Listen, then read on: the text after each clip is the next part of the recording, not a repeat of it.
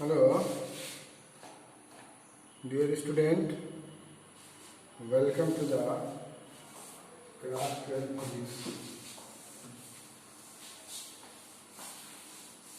The chapter is chapter 7, and chapter is alternating current. In the previous video, we have seen the average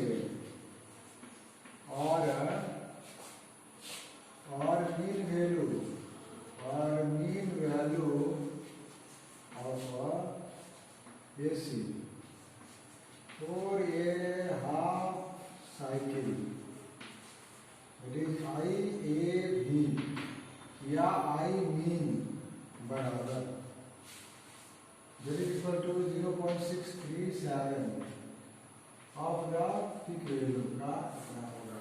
ये already reserve कर लिए हैं। ये result जो है ना बहुत जरूरी है याद रखना। Today will see the RMS value root, question is root mean square value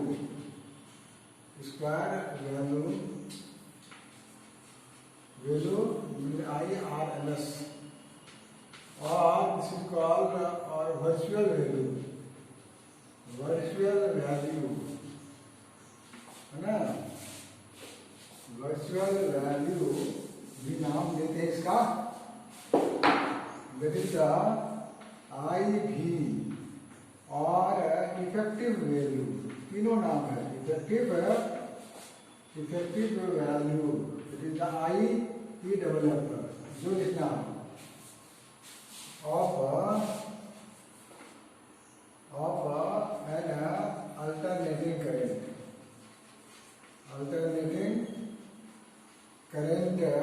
as well as alternating voltage,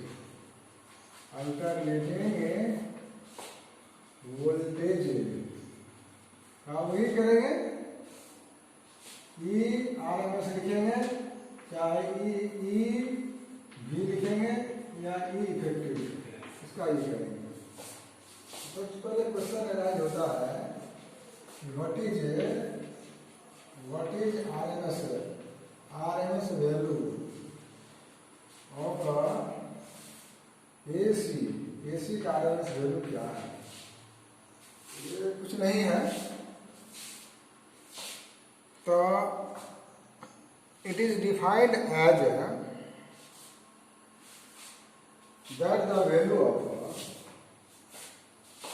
it is defined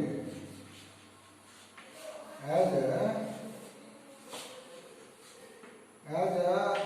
value of a direct current,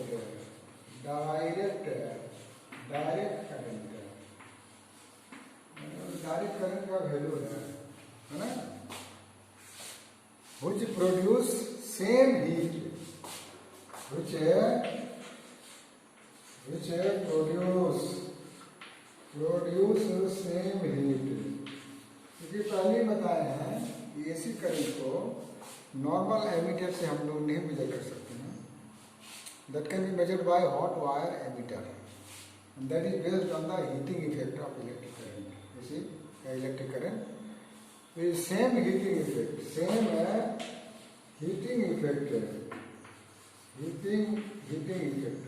ये क्या याद रखना है। Same heating effect in a given register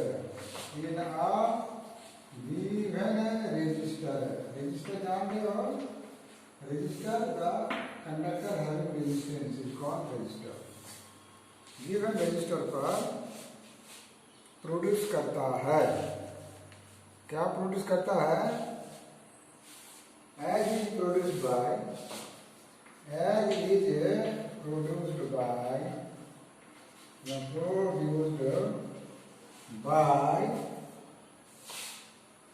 the given alternating current, by the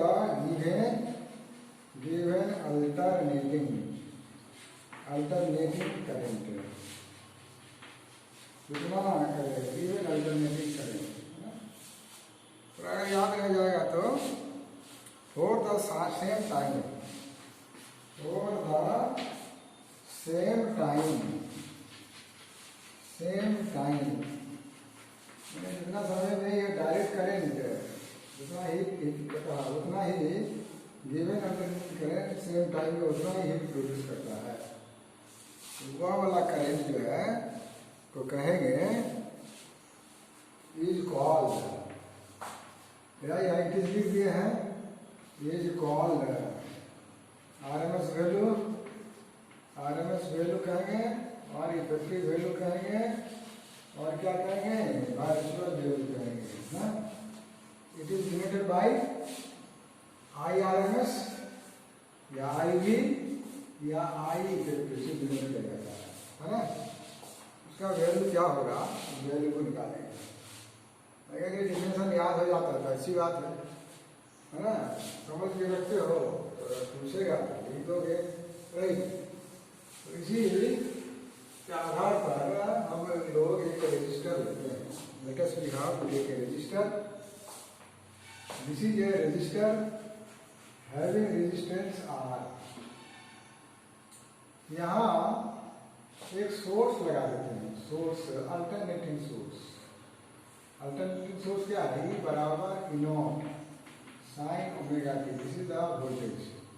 whereas अगर हम लोग ये ले लें रजिस्टर और यहाँ पर डीसी सोर्स ले लें, डीसी सोर्स मतलब बैटरी ले लें, यहाँ भी स्विच लगा दें, जब जरूरत पड़ेगा तो ऑन करेंगे, जब जरूरत नहीं होगा तो हम ऑफ करके रखेंगे, ताकि जो है ये जो सोर्स का जो एनर्जी है, बैटरी का एनर्जी है या अल्टरनेटिंग वोल्टेज का जो एनर्जी है वो ज़रा खामखा कंज्यूम ना हो जाए, बचल रहे राइट।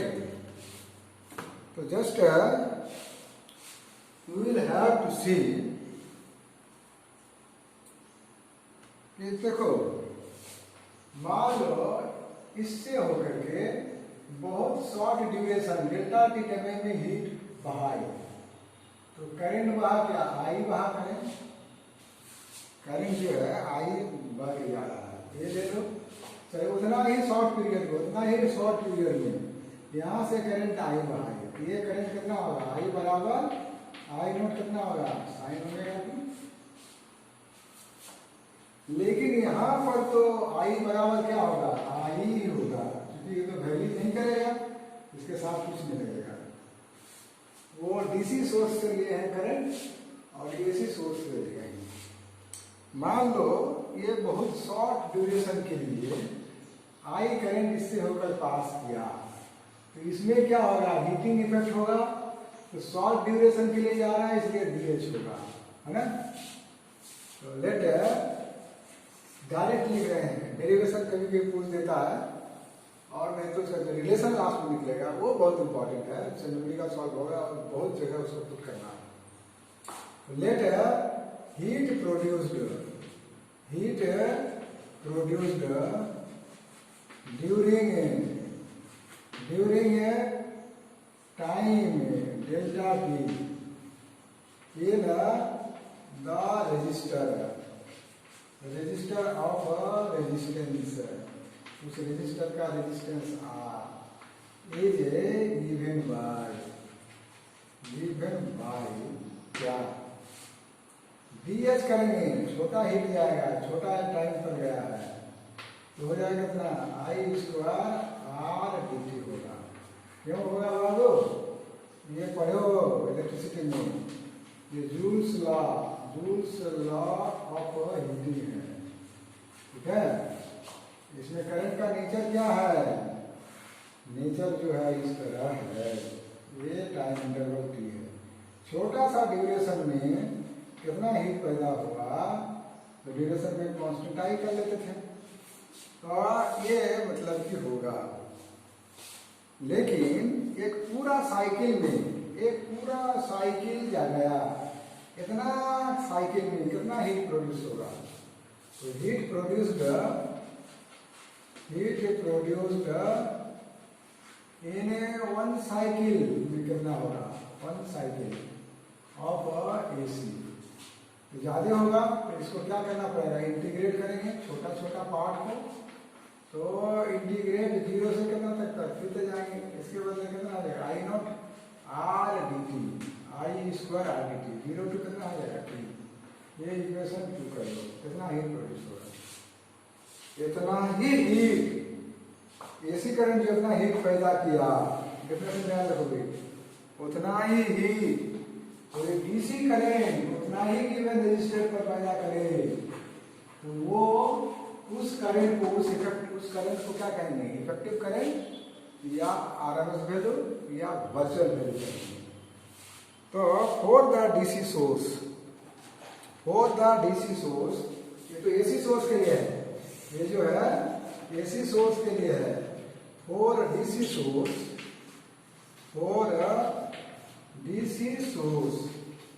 है ना, let the effective value of AC बराबर आई इफेक्टिव या आई आरएमएस या आई। तो उतना ही टाइम में कितना हीट पैदा करेगा, तो उसका क्या है आई स्क्वायर आर टी होता है। तो यहाँ पर आई का मतलब क्या हो गया, आई स्क्वायर इफेक्टिव कर दो या आई भी कर दो, आर तो आर रहेगा और टी के बदले क्या रख देंगे, टी टी रख देंगे। इक्वेशन फर्स्ट, तो इक्वेशन फर्स्ट में जितना हीट पैदा हुआ एक साइकिल में, उतना ही हीट जो है ये डीसी करंट पैदा करेगा। तो जो करंट पैदा कर रहा है उसी को कहेंगे इफेक्टिव। तो ये वाला हीट सेम ड्यूरेशन का है, दोनों बराबर होगा। दोनों को क्या कर देंगे, इक्वलाइज कर दें। तो just equalising equation 1 and 2 we have 2 and 3. So comparing equation 2 and 3, we have what we have ना, हम लोग के पास क्या है वो हम लोग देखेंगे, ठीक है। तो क्या मिलेगा, यहाँ देखो ये इसको कंपेयर करके लिखे हैं, ऐसा होता है इस लॉ में डायरेक्ट करने के लिए। टाइम जो है ड्यूटी पीरियड के लिए है, तो ये कर देंगे कितना, I effective square R into D T बराबर, है ना, डी टी नहीं देना है, यहाँ पर देना है कैपिटल टी, क्योंकि एक पूरे साइकिल की बात हो रहा है ना। डीसी के में तो टाइम वेरी नहीं करेगा, राइट। तो this will be capital T. ये टी के जगह पर क्या करेंगे, पूरे साइकिल में जो पीरियड लगा उतना ही पीरियड के लिए कैपिटल टी लगाना है, not d t. This is equal to capital T. ये बात याद रखोगे, बाद में काम हो जाएगा। और यहाँ पर हो गया कितना, इंटीग्रेशन लगा है, इसमें इंटीग्रेशन लगेगा नहीं, डायरेक्ट करंट है, वेरी नहीं करता। तो हम लोग ये हो गया I square R D T. But you remember the equation 1 को याद करो, तो आई बराबर क्या लिखा हुआ है, I not sine omega T लिखा हुआ है। तो यहाँ हम लोग पुट पाट करेंगे, राइट। तो इट इम्प्लाइज, तो इधर से लिखते हैं आई इफेक्टिव स्क्वायर आर टी बराबर, इसको छोड़ो यहाँ से, आर टी किधर लेके चलाओ, तो ये क्या होगा, ये आर बाहर आएगा, आर आ गया बाहर और आर टी नीचे चला गया, ये वाला आर चला गया। अंदर में क्या बचा, टी। आई का वैल्यू कितना है, I not sine omega T का क्या है, होल स्क्वायर, और क्या बचा टी।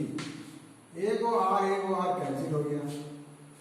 तो ये तो बहुत सिंपल है, थोड़ा कल दिमाग को स्थिर करके करने से इजीली वो डिराइव हो जाएगा। ऐसे बाय जो पूछ दे 3 नंबर में 3 का 3 आएगा, है ना। और एक तो फैक्ट हम लोग जान जाएंगे, सबसे बड़ी बात है we will learn the fact of the nature. और फैक्ट जानने के साथ साथ एग्जाम में आएगा तो मास भी आएगा, है ना।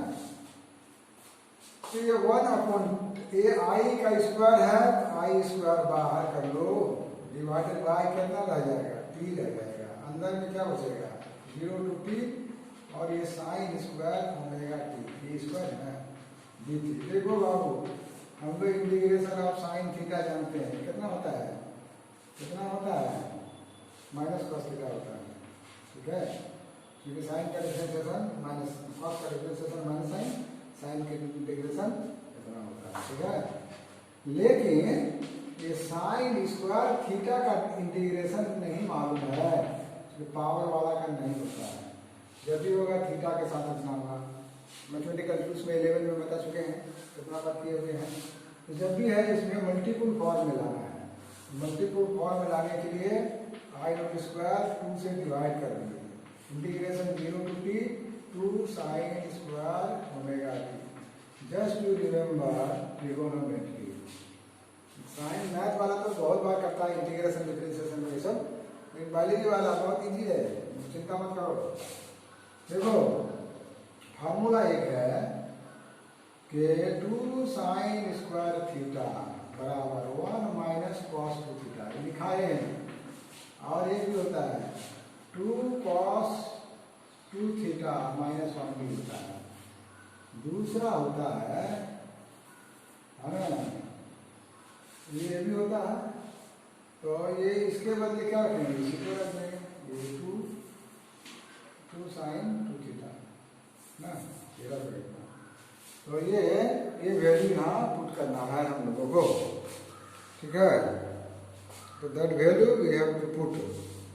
तो नाउ ये हम लोग इसको हटाएंगे, ये I not square bye 2t, और ये हो गया क्या इंटीग्रेशन 0 to t, ये हो गया 1 माइनस कितना साइन है ना, तो ये हो जाएगा 2 cos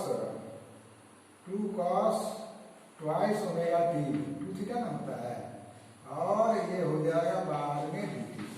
थोड़ा डिटेल कर देते हैं, right, will do detail for this one, detail कर देते हैं, राइट। इसको हम लोग कहाँ चलेंगे, आई इफेक्टिव स्क्वायर बराबर, यहाँ वैल्यू कितना है I not square by twice t।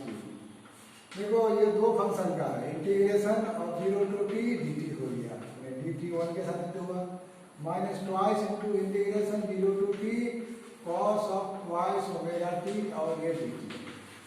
देखो बाबू 11 में जो पढ़ा रहे थे, बताए थे, कहीं पर भी मिलेगा, जैसे मिलेगा इंटीग्रेशन 0 to t मैंने कंप्लीट साइकिल के लिए cos twice omega t dt हो, चाहे integration 0 to t sine twice omega t dt हो, कुछ भी हो, इसका वैल्यू क्या होगा, इंटीग्रेशन करके 0 आएगा।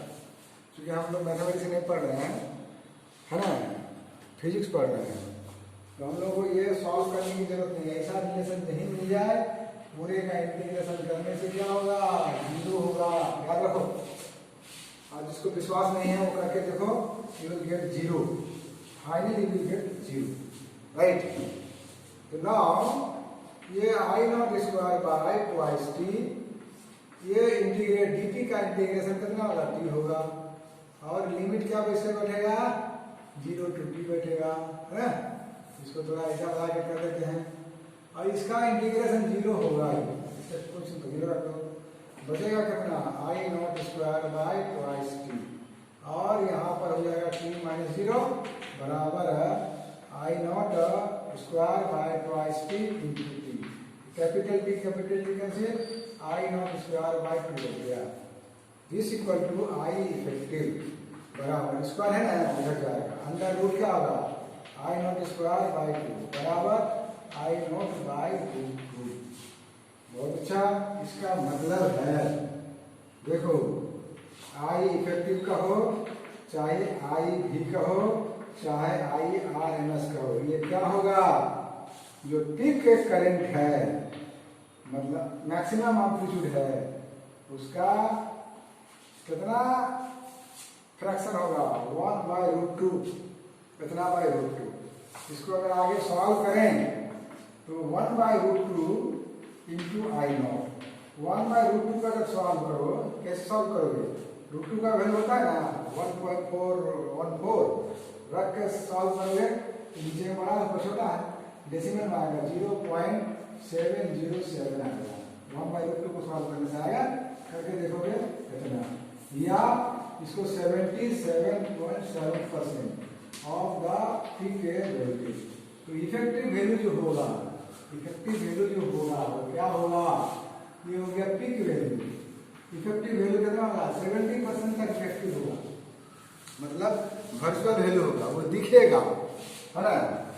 तो this is the expression of I effective, I भी और सिमिलरली इसी प्रकार हम लोग प्रूव कर सकते हैं E effective, effective voltage, alternating voltage, E virtual और ई आरएमएस इसी तरह डिराइव करेंगे तो वैल्यू कितना आएगा, पीक वोल्टेज, पीक मतलब मैक्सिमम एम्पलीट्यूड बाई कितना √2 मतलब 0.707 मतलब 70.7% ऑफ अ पीक वोल्टेज।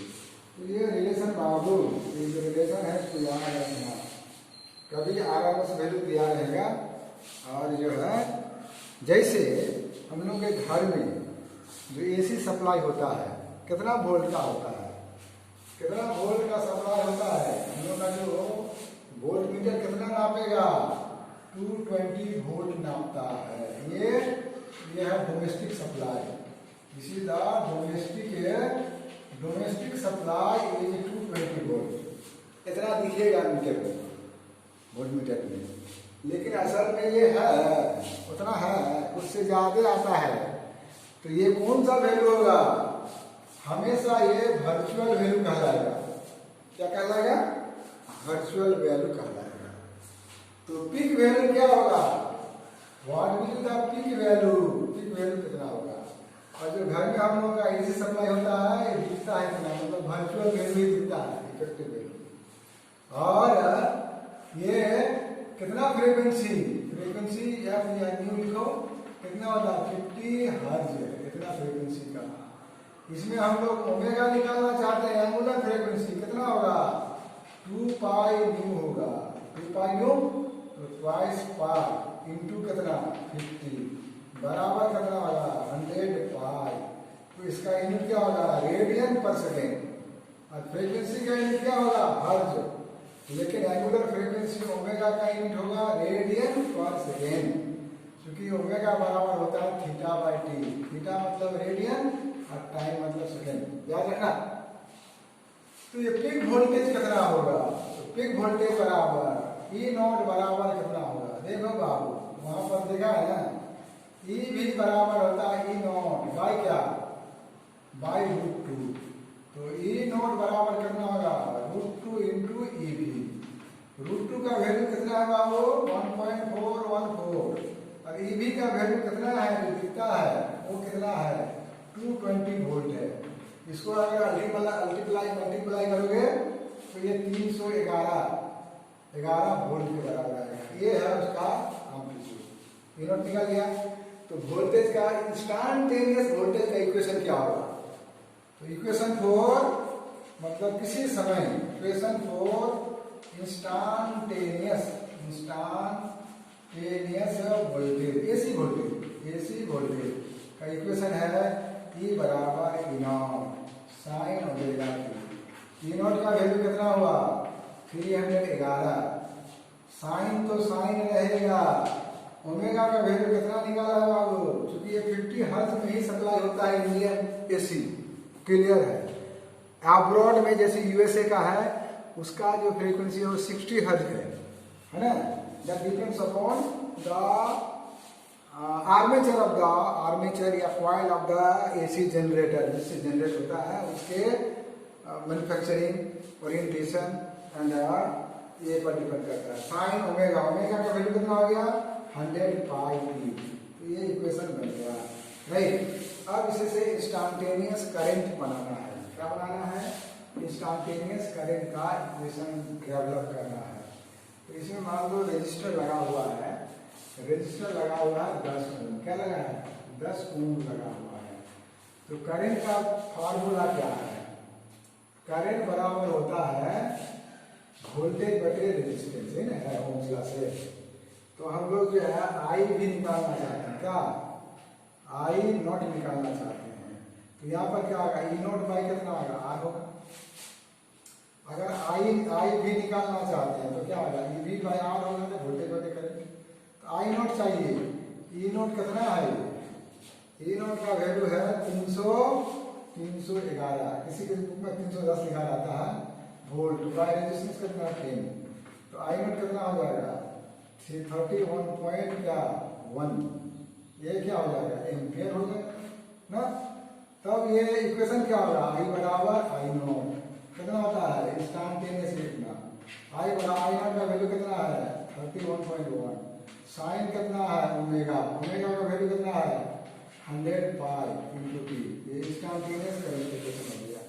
इसी फार्मूले पर छोटा छोटा न्यूमेरिकल तुम्हारा एक्सरसाइज में 1-2 है इसमें, और एनसीईआरटी बुक में और रेफरेंस बुक में 4-5 है, तो उसको बनाना है ना। इतना काम करो ना तो क्या होगा, आगे अब हम लोग एसी को इंडक्टर से रेजिस्टर से भेजेंगे, इंडक्टर से भेजेंगे, कैपेसिटर से भेजेंगे, और क्या रिलेशन होगा उसको देखेंगे। Okay, thank you.